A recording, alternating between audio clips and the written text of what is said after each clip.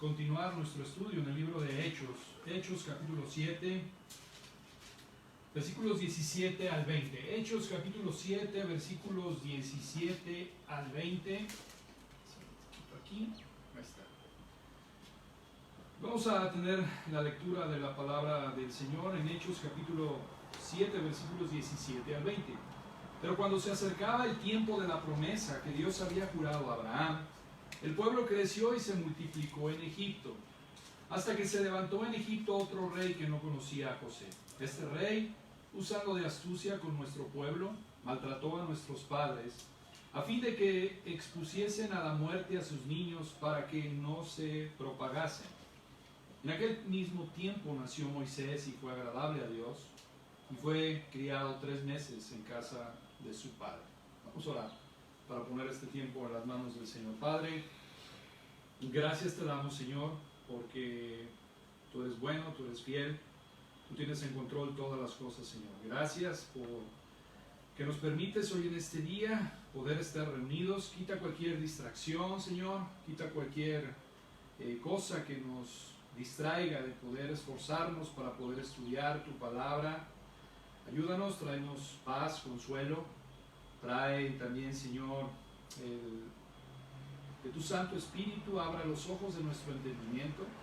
Toma mi boca, mis pensamientos, habla tú, Señor, pero también habla a la congregación. Que este tiempo sea para exaltar a tu Hijo Cristo, Señor.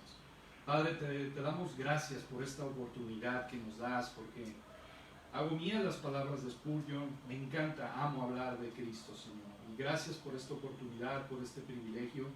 Y también por mis hermanos, Señor, que tienen hambre y sed de escuchar de Cristo Jesús, Señor, las buenas nuevas. Gracias por este evangelio milagroso, sobrenatural, divino, porque este evangelio es tuyo, Señor. Este evangelio no es invención de hombres, no es una filosofía, no es un concepto, es palabra tuya, Señor, palabra de Dios. Gracias, Padre, por esto. Une nuestros corazones en este sentimiento de alabar, de bendecirte, Señor, en todo momento. En Cristo Jesús. Amén. Bien, hemos estado examinando, hermanos, lo trágico del mundo de hoy en día. Cuando el mundo desconoce la actividad de Dios, cuando el mundo desconoce al Dios de la gloria en la historia, porque desconoce que Dios interviene, gobierna exhaustivamente sobre su creación. Dios gobierna sobre su creación. Y también hemos visto que este evangelio, este mensaje cristiano, no es una teoría, no es un concepto, sino que es historia. Es una historia divina. Y hemos visto, hemos desarrollado en varias predicaciones el problema del hombre, la naturaleza del problema del hombre que no entiende, no quiere entender la profundidad de su pecaminosidad. Ese es el problema del hombre, ese es el problema al que se enfrenta día a día, al ver que no entiende su pecado, no entiende su impotencia, ignoran a Dios, ignora lo que Dios ha hecho y no sabe que el único que puede salvar es Dios. Y Él ha proporcionado los medios para la salvación. Y esto lo vemos en esta historia, en esta magistral historia de Moisés. Hermanos, Dios salva. Dios salva. ¿Y cómo salva Dios? Alguien puede preguntar, ¿cómo es que salva Dios? Bueno, este es el punto central de la predicación. Esta es la estructura. Este es el punto de la predicación. Dios sencillamente salva de una manera sobrenatural y milagrosa. La salvación, hermanos, es un milagro de Dios. Es sobrenatural. ¿Y sabe una cosa? Esto, que la salvación sea un milagro, que la salvación sea sobrenatural, es odioso a la mente del hombre.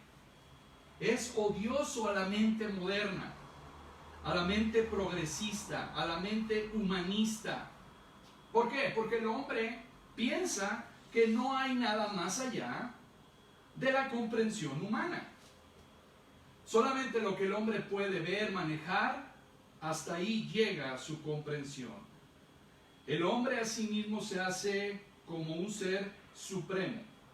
Pedirle al hombre que mire hacia arriba, no puede, porque el humanista solamente mira hacia abajo, nunca mira hacia arriba, nunca mira hacia el poder divino sobrenatural de Dios. De hecho, lo sobrenatural es considerado como algo ridículo hoy en día.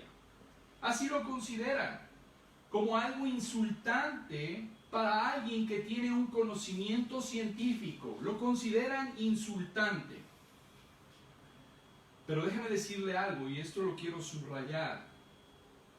Si este evangelio no es sobrenatural ni milagroso, entonces no hay esperanza alguna para el hombre.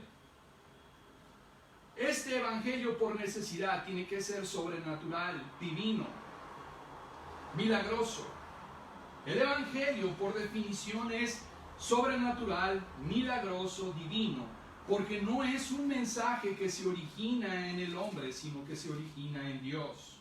Romanos 1:1 dice la palabra: Pablo, siervo de Jesucristo, llamado a ser apóstol, apartado para el evangelio ¿de quién? De Dios. Para el evangelio de Dios. Ahora, el oponerse a lo milagroso, a lo sobrenatural de este evangelio, no es exclusivo de los hombres modernos, no es exclusivo del hombre moderno. De hecho, esta objeción es muy antigua. Estamos en Hechos y estamos viendo que el Sanedrín está acusando a Esteban. Hace varios cargos contra él. Pero este Sanedrín, ¿se acuerdan que al principio decíamos que estaba conformada por un grupo llamado los saduceos? Y este grupo en particular, los saduceos, no creían en lo milagroso, no creían en lo sobrenatural. Por ejemplo, ellos no creían en la resurrección. Este grupo de personas no creían en la resurrección, no lo veían como un hecho ni como una posibilidad. Por eso, Pablo, cuando fue a predicar a los griegos consideraban el evangelio como una absoluta insensatez, como algo ridículo. Y leemos en el Salmo 14:1 que dice el necio en su corazón, no hay Dios. Dice el necio en su corazón, no hay Dios. Hermanos, el ateísmo no es nuevo. La gente siempre ha objetado lo sobrenatural, siempre ha objetado el mensaje divino. El ateísmo es tan antiguo como la rebelión del hombre hacia Dios.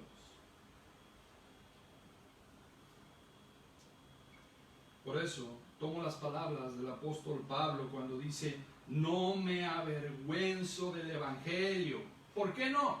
¿Por qué no se avergüenza Pablo? ¿Por qué no me avergüenzo yo? Porque es el poder de Dios para salvación a todo aquel que cree. Romanos 1:16 es lo que dice la Escritura. Hermanos, yo no predico en mi poder. Yo predico en el poder de Dios. Yo no predico en mi poder, no predico en mi suficiencia. Predico en el poder y en la suficiencia de Dios. No tengo ningún mensaje aparte de este, que es el Evangelio de Dios.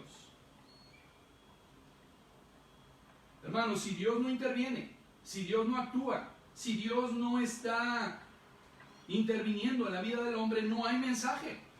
No hay ningún mensaje. Debo de salir del púlpito y no volver a entrar en él. Pero mi propio mensaje es que Dios está actuando, Dios está interviniendo, Dios está sobre todo. Y el evangelio es el camino de Dios. Es el camino de Dios para la salvación. Y esto es lo que vemos en este pasaje de Hechos capítulo 7, versículos 17 al 20. podemos ver varias cosas en este pasaje. Podemos ver el carácter poderoso de Dios, la omnipotencia de Dios, su sabiduría, su omnisciencia.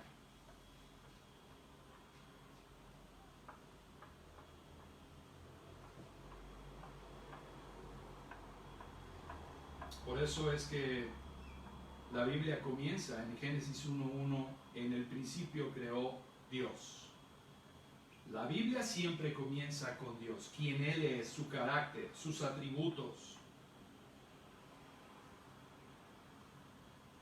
Y al momento, a la medida que tú vas leyendo la Biblia, en la medida en que tú vas adentrándote en la palabra de Dios y comienzas a través del Génesis, ves continuamente la intervención de Dios, que Dios está irrumpiendo en la historia humana. Lo ves en la historia del diluvio, lo ves en la historia de Sodoma y Gomorra cuando destruyó estas ciudades llenas de pecados. Es Dios todo el tiempo Dios está actuando. Y luego lo ves cuando llegas a la historia de Moisés. Hemos pasado por historia, el Dios de la gloria, vimos cómo apareció Abraham, después cómo intervino en la vida de José, y ahora llegamos hasta Moisés. El tiempo de la promesa había llegado. Y de cómo Dios desde su salida actuó, cómo en cada crisis que se enfrentó el pueblo, Dios actúa. Cada una de las crisis, Dios intervino. Y podemos ver varias cosas en este pasaje. Vemos cómo Dios actúa y cómo para Dios nada es imposible. Dios es omnipotente, que Dios está sobre todo, que Dios elige cómo comenzar, cuándo comenzar, cómo actuar. Nada puede detenerlo, nada puede detener a Dios. Así es que leemos en el versículo 17, pero cuando se acercaba el tiempo de la promesa,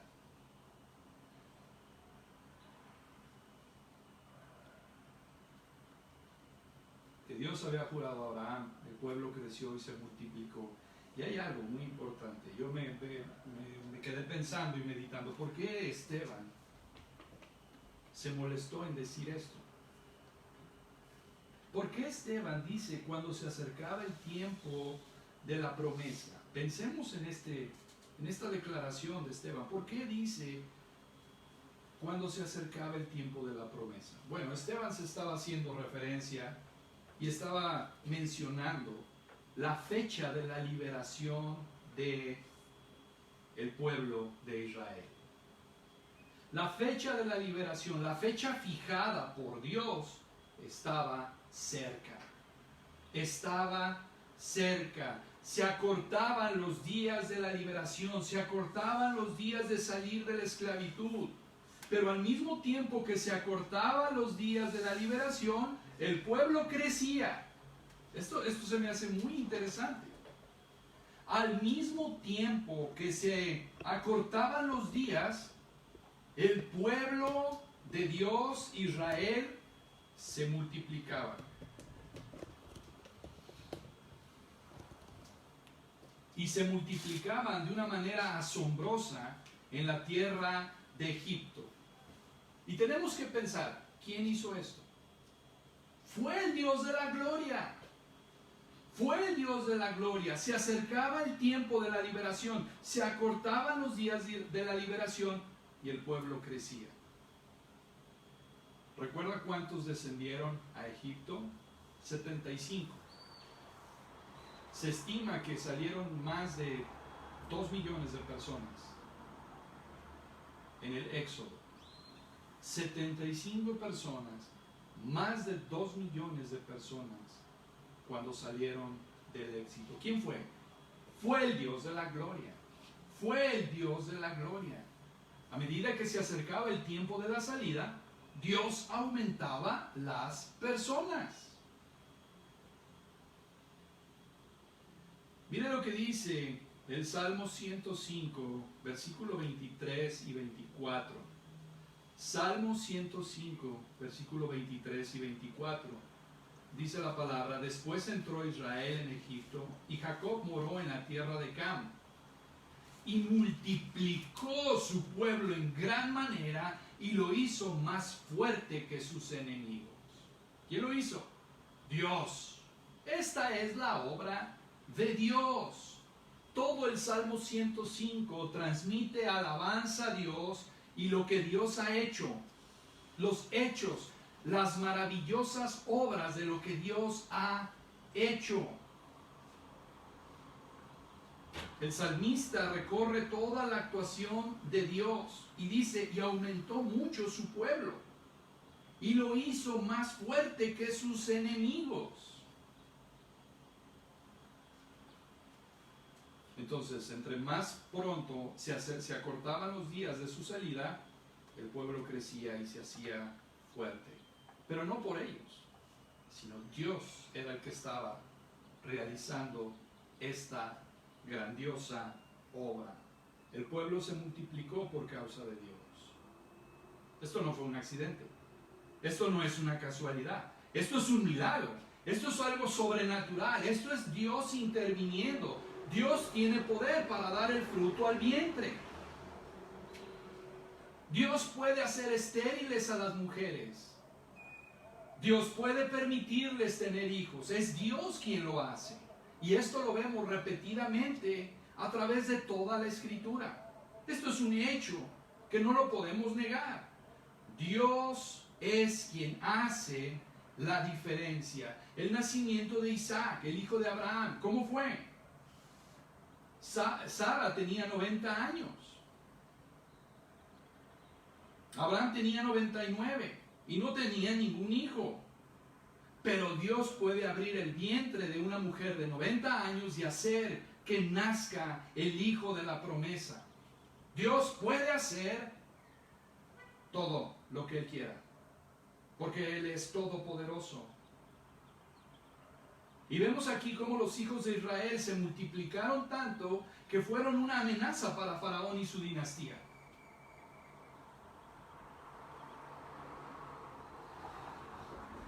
Ahí mismo, en el versículo 18, dice, hasta que se levantó en Egipto otro rey que no conocía a José. Ya lo vimos la semana pasada acerca de esto. Pero viene una pregunta. ¿Qué hizo que este rey se comportara de esta manera? Es cierto, la semana pasada vimos cómo el rey desconoció a José, no quiso conocer, no quiso saber, pero me viene una pregunta. ¿Qué hizo que este rey se comportara de esta manera? Y la respuesta es Dios. Fue Dios. Vea lo que dice ahí mismo en el Salmo 105, versículo 25.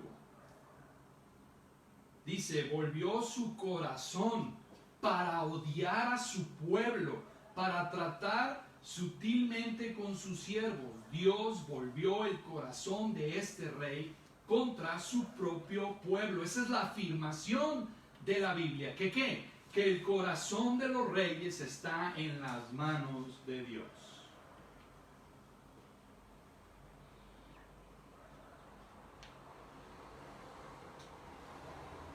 Y yo sé que muchos están pensando ante esta afirmación, ¿fue Dios el que provocó que los egipcios odiaran a los israelitas?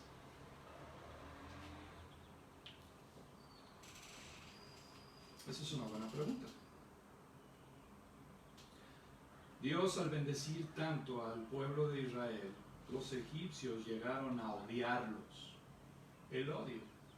Llegaron a odiarlos. Debido a que Dios bendijo tanto al pueblo de Israel, el corazón del pueblo de Israel, el corazón de Faraón, llegó a odiarlos. Y Dios usó esa animosidad como medio para sacar a los israelitas de Egipto. Dios no es el autor del pecado. Quiero dejar muy claro esto. Dios no es el autor del pecado.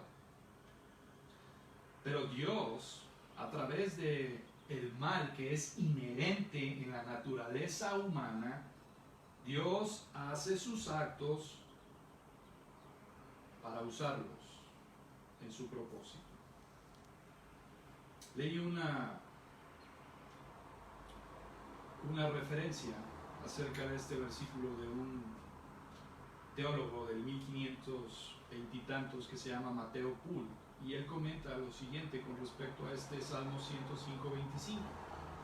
Dice él, lo voy a leer: cambió el corazón de ellos para que aborreciesen a su pueblo, para que contra sus siervos pensasen mal.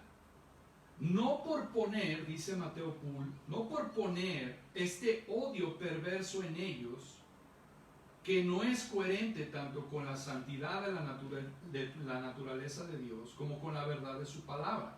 Esto era totalmente innecesario.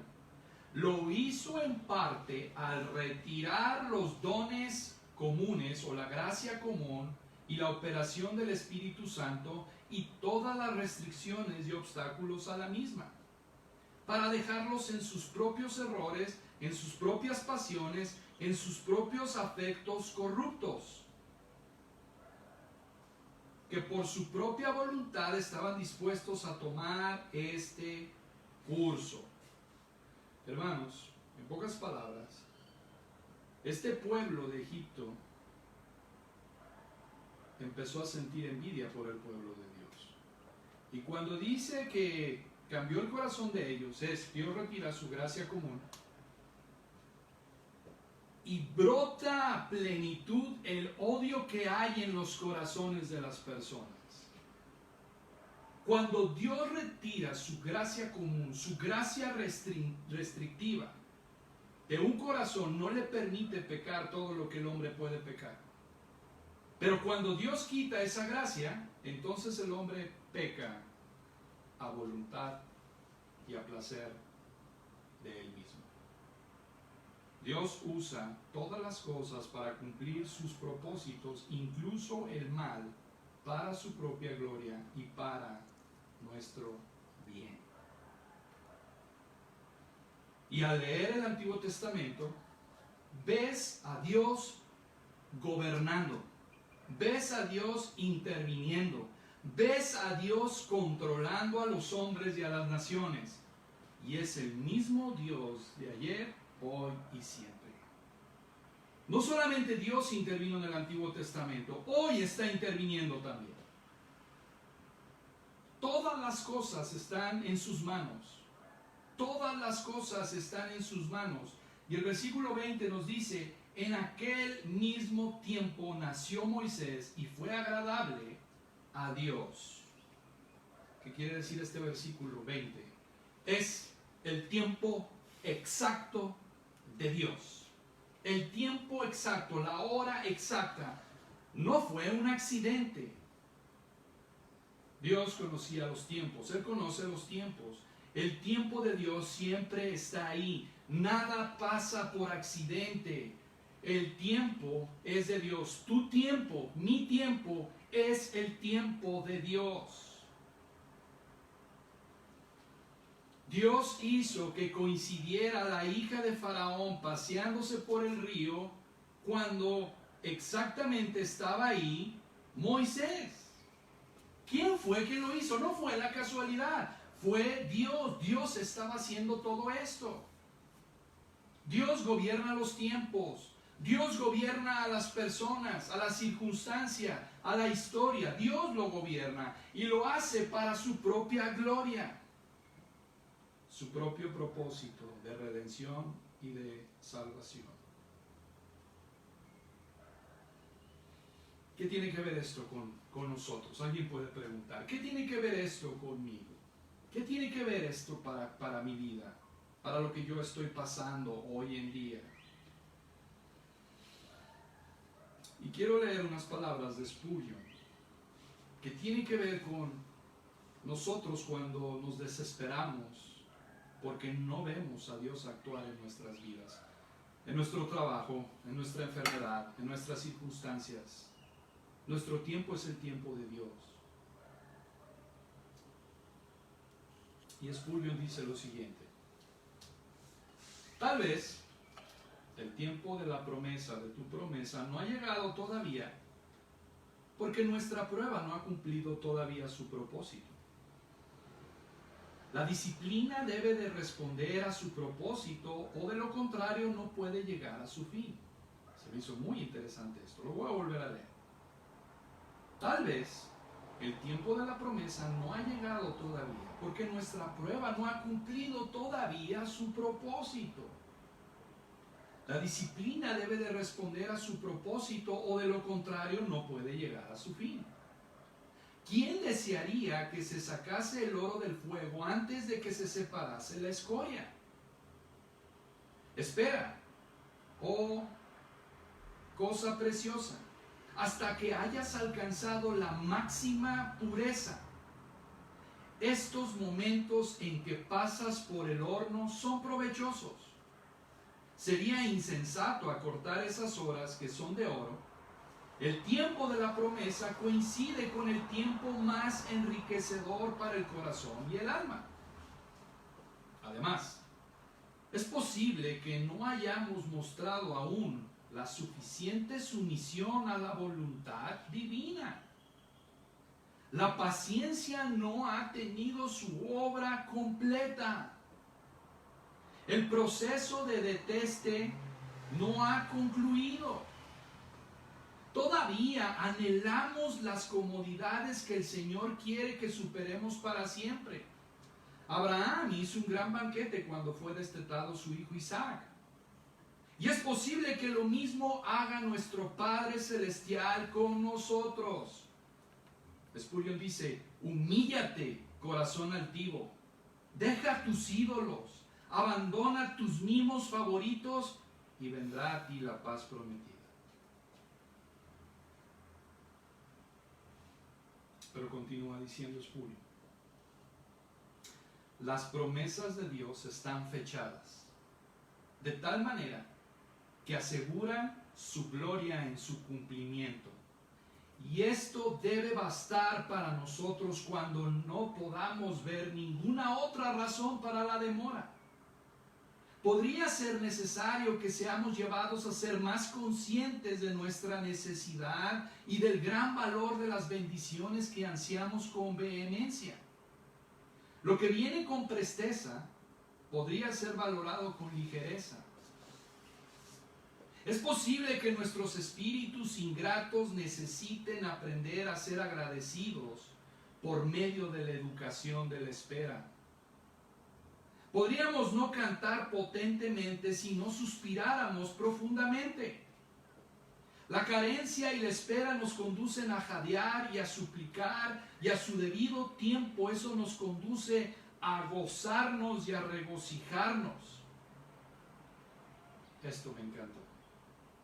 Si nosotros conociéramos todas las cosas de la manera que las conoce Dios, le bendeciríamos con todo nuestro corazón por mantenernos bajo su vara de la corrección y por no librarnos de ella a causa de nuestros lamentos. Si pudiéramos conocer el fin, así como también el principio, alabaríamos al Señor por las puertas cerradas, por los ceños fruncidos y por las peticiones sin respuesta. Sin duda alguna, si supiéramos que los grandes propósitos del Señor serían cumplidos cuando continuamos sin los placeres que deseamos y soportando los males que tenemos, clamaríamos en voz alta pidiendo que nos dejase en nuestra pobreza y que nos encerrase en nuestro dolor. Si podemos glorificar a Dios al sernos negado lo que buscamos, deseamos que se nos niegue la más grande de nuestras oraciones.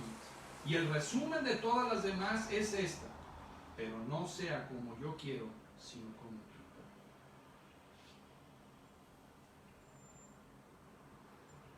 Me encantaron estas palabras de Spurgeon. En este pasaje vemos la omnipotencia de Dios, el poder milagroso de Dios, la sabiduría de Dios. El tiempo de Dios es perfecto. Si nosotros conociéramos como dice Spurgeon. Si nosotros conociéramos, alabaríamos a Dios. Pero hay una realidad, no las conocemos y de todos modos necesitamos alabar a Dios. Porque Dios es bueno. Y porque Dios, aún en la espera que pasamos, nos está conformando a la imagen de su Hijo, Cristo Jesús. Entonces en este pasaje vemos la omnipotencia de Dios, el poder milagroso de Dios, el poder sobrenatural de Dios, la sabiduría de Dios. Quiero que me acompañe a Lucas. Quiero que me acompañe a Lucas capítulo 1. Lucas capítulo 1 versículo 37. Es un buen versículo para memorizar. Dice la palabra: porque nada hay imposible para Dios. Nada hay imposible para Dios. Este es el corazón del Evangelio. Este es el corazón del Evangelio. Solo hay una esperanza para la humanidad, y es que Dios ha actuado de una manera sobrenatural y milagrosa. Y esto lo vemos claramente, hermosamente, en la persona y en la obra de Jesús de Nazaret.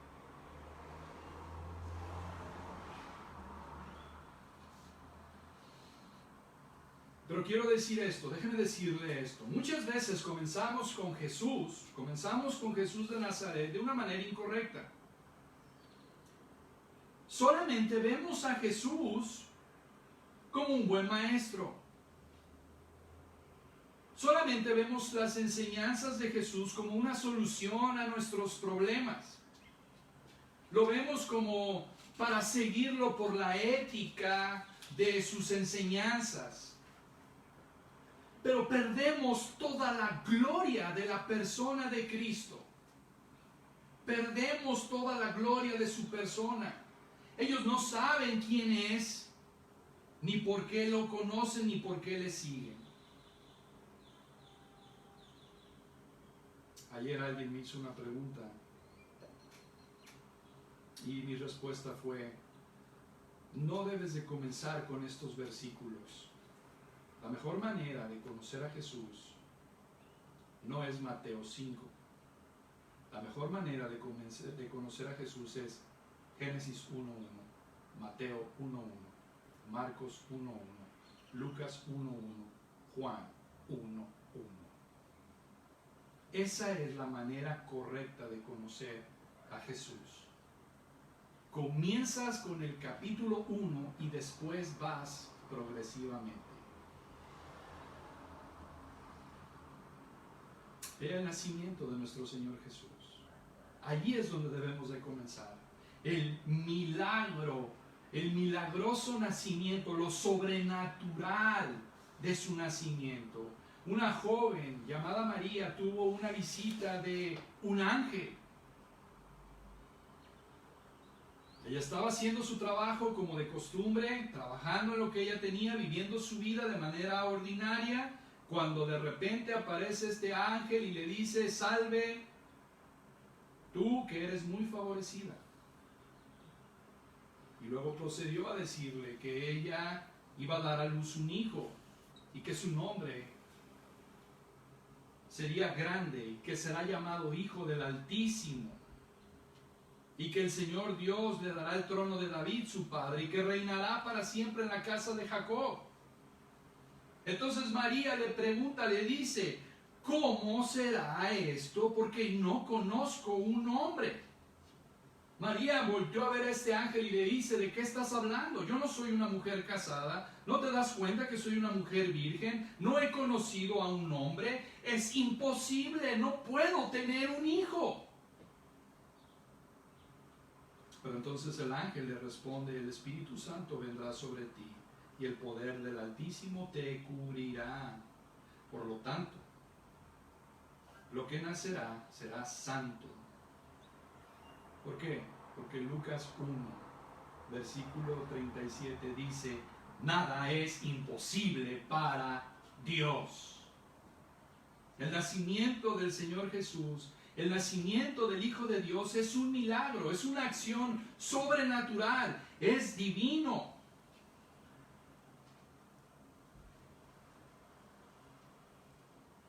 Esto no solamente era un bebé ordinario, era verdaderamente hombre y verdaderamente Dios, luz de luz, verdadero Dios de verdadero Dios, Dios de Dios. Por eso en 1 Timoteo 3:16 Pablo dice, grande es el misterio de la divinidad. Las capacidades humanas son inadecuadas para poder entender el nacimiento del Señor Jesús.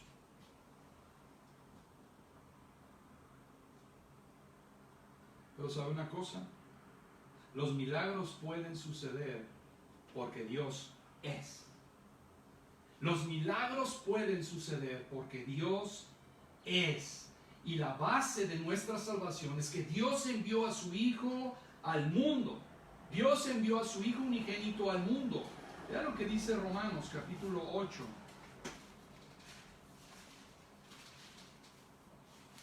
Versículo 3, porque lo que era imposible para la ley, por cuanto era débil por la carne, Dios enviando a su Hijo en semejanza de carne de pecado, y a causa del pecado condenó al pecado en la carne.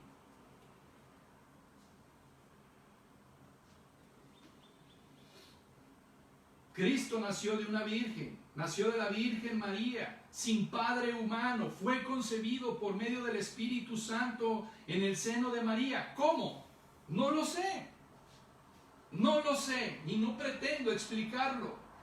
No lo sé. Fue un milagro, es lo único que puedo decir. Fue un milagro, fue algo sobrenatural, fue algo divino. Lo único que sé es que es verdaderamente hombre, verdaderamente Dios. Es el Dios hombre. ¿Por qué? Porque con Dios nada es imposible.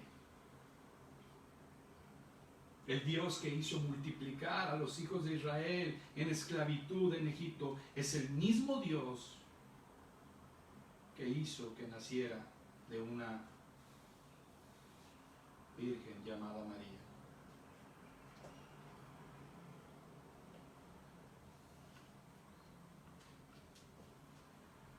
Hay un himno que cantamos que se llama Victoria en Cristo. Y una de sus estrofas dice, oí que en amor tierno Él sanó a los enfermos, a los cojos los mandó correr, a los ciegos lo hizo ver. Sanar a los enfermos, a los cojos los manda correr, y lo hicieron. ¿Por qué? Porque esto es un evangelio milagroso y sobrenatural, porque Cristo es todopoderoso. Hermanos, yo no predico un evangelio humano. Sé que esto sería inútil. Tengo el enorme privilegio de predicar a una persona divina. Dios, Hijo, Cristo.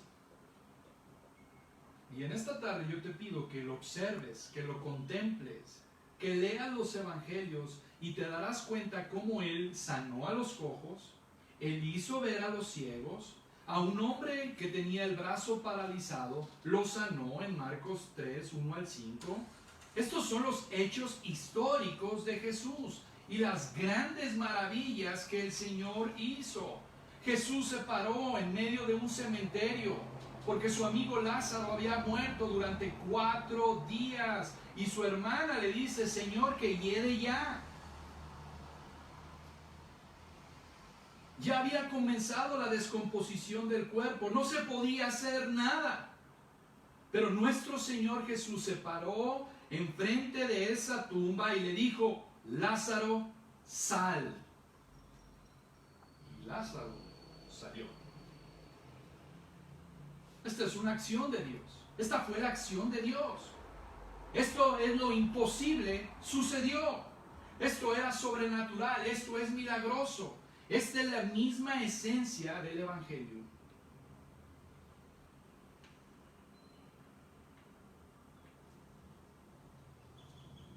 El Evangelio es verdadero.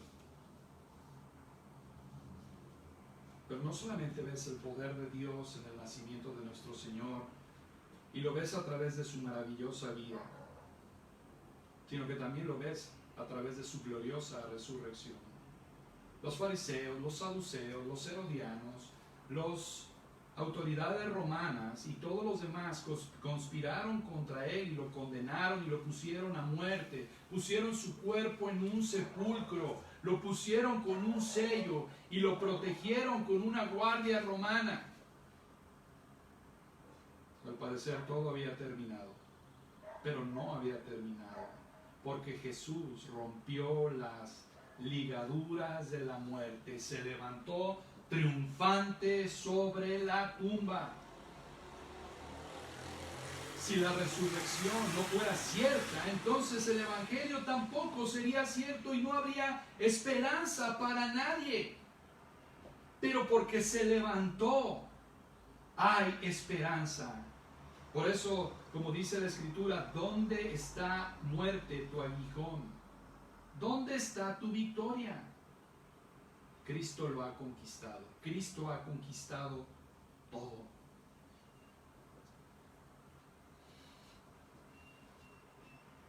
Hemos estudiado el fenómeno de Pentecostés. También aquí hay algo sobrenatural, milagroso, divino. Estos pescadores comienzan a hablar en lenguas y las demás personas los escuchan y los entienden cada uno en su propia lengua. Esto es algo sobrenatural, esto es algo divino, esto es algo hecho por Dios. Y el mundo no lo entiende. Y el mundo piensa que es una locura.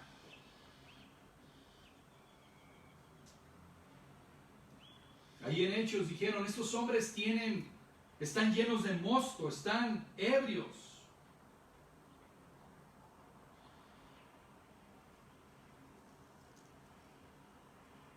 Eso es ser un cristiano. ¿Sabe lo que es ser un cristiano?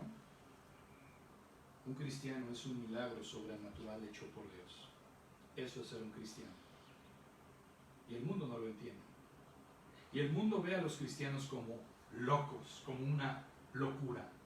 Y alguien dijo lo siguiente: a menos que los cristianos demos la impresión de que estamos locos, entonces estamos siendo cristianos muy pobres. Lo voy a volver a repetir.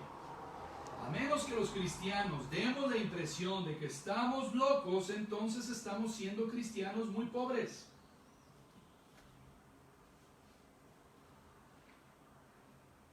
Este es el cristianismo. Este es el cristianismo. Este es el evangelio del Dios de la gloria. Es un evangelio que transforma. Es un evangelio que cambia. Este es del Dios que estoy predicando. Este es del Dios que estoy hablando. De este es el Dios que con Él nada es imposible. El Dios que puede multiplicar a los hijos de Israel de una manera exponencial. El Dios que decide inclinar el corazón de un rey y de un pueblo contra ellos. El Dios que puede causar que nazca un niño y volver el corazón de la hija del faraón hacia ese niño para rescatarlo. Ese es Dios. Y en la medida en que nosotros vamos leyendo la Biblia, y en especial el libro de Hechos, vamos a descubrir que el libro de Hechos es un libro de milagros, que es un libro sobrenatural, de cómo estos apóstoles escaparon de la cárcel cuando todo estaba en contra de ellos, pero nada eso importa. ¿Por qué? Porque Dios es todopoderoso y Dios tiene en control todas las cosas y Él tiene un propósito y nada está fuera del alcance de su control. Dios es soberano. Dios es soberano. Él es Rey de reyes, Señor de señores. Y todos, príncipes, hombres, reyes, mujeres, niños, dinastías, siglos, edades, todo está bajo el control de Él. Todo está bajo Él. Este es el mensaje.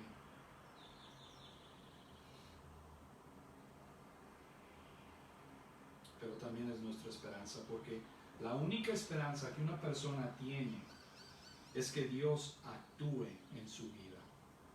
Que Dios actúe en su vida para salvación y que muestre a la persona de su Hijo Cristo Jesús.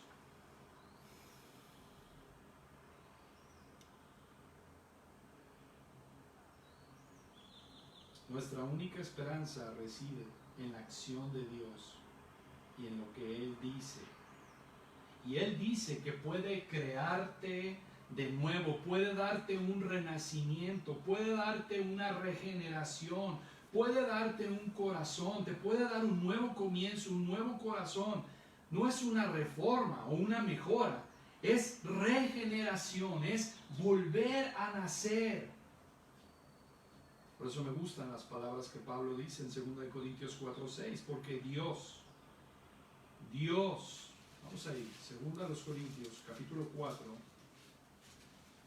versículo 6, porque Dios que mandó que de las tinieblas resplandeciese la luz, es el que resplandeció nuestros corazones para iluminación del conocimiento de la gloria de Dios en la faz de Jesucristo.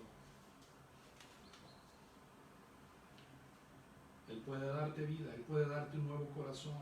Efesios 2:1 dice que Él nos levantó cuando nosotros estábamos muertos en nuestros delitos y pecados. Él puede darte vida porque es el Dios omnipotente. Él puede levantarte de los muertos. Él puede hacer realidad esa conformación a la imagen de Cristo. Él es todopoderoso. Él es creador.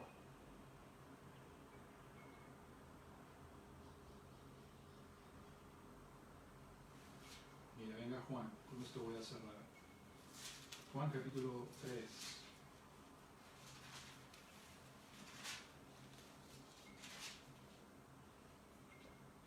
Versículo 4. Nicodemo le dijo, ¿cómo puede un hombre nacer siendo viejo? ¿Puede acaso entrar por segunda vez en el vientre de su madre y nacer?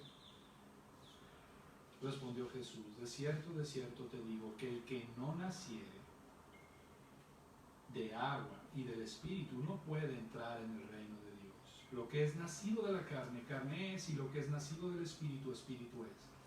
No te maravilles de que te dije, os es necesario nacer de nuevo. El viento sopla de donde quiere y oyes su sonido, mas ni sabes de dónde viene ni a dónde va. Así es todo aquel que es nacido del Espíritu. Es un milagro. Esto es un milagro. Es lo sobrenatural, es la maravilla de Dios, es este misterio que solamente puedes ver sus efectos. Este es Dios, quien se apodera de ti, te hace nacer de nuevo, te quita ese corazón de piedra, te da un corazón nuevo, te da una nueva vida, una nueva naturaleza, un corazón nuevo. Este es el Evangelio. Vamos a orar. Gracias te damos, Señor, por quien eres tú. Porque cada domingo, cada día, cada vez que abrimos la Biblia, Señor, podemos ver las grandes maravillas que tú haces con nosotros. Gracias por tu Hijo Cristo.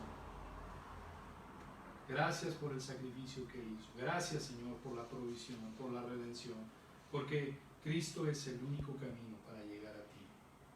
Y la vida eterna es que te conozcamos a ti y a tu Hijo Cristo. Trae salvación, Padre, en esta tarde. Aquellas personas que no han nacido de nuevo, haz la obra sobrenatural en sus vidas, Señor. Gracias, Padre, en Cristo Jesús. Amén. Muy bien, hermanos, estamos terminando. Que el Señor los bendiga, los guarde y seguimos en contacto. Bendiciones.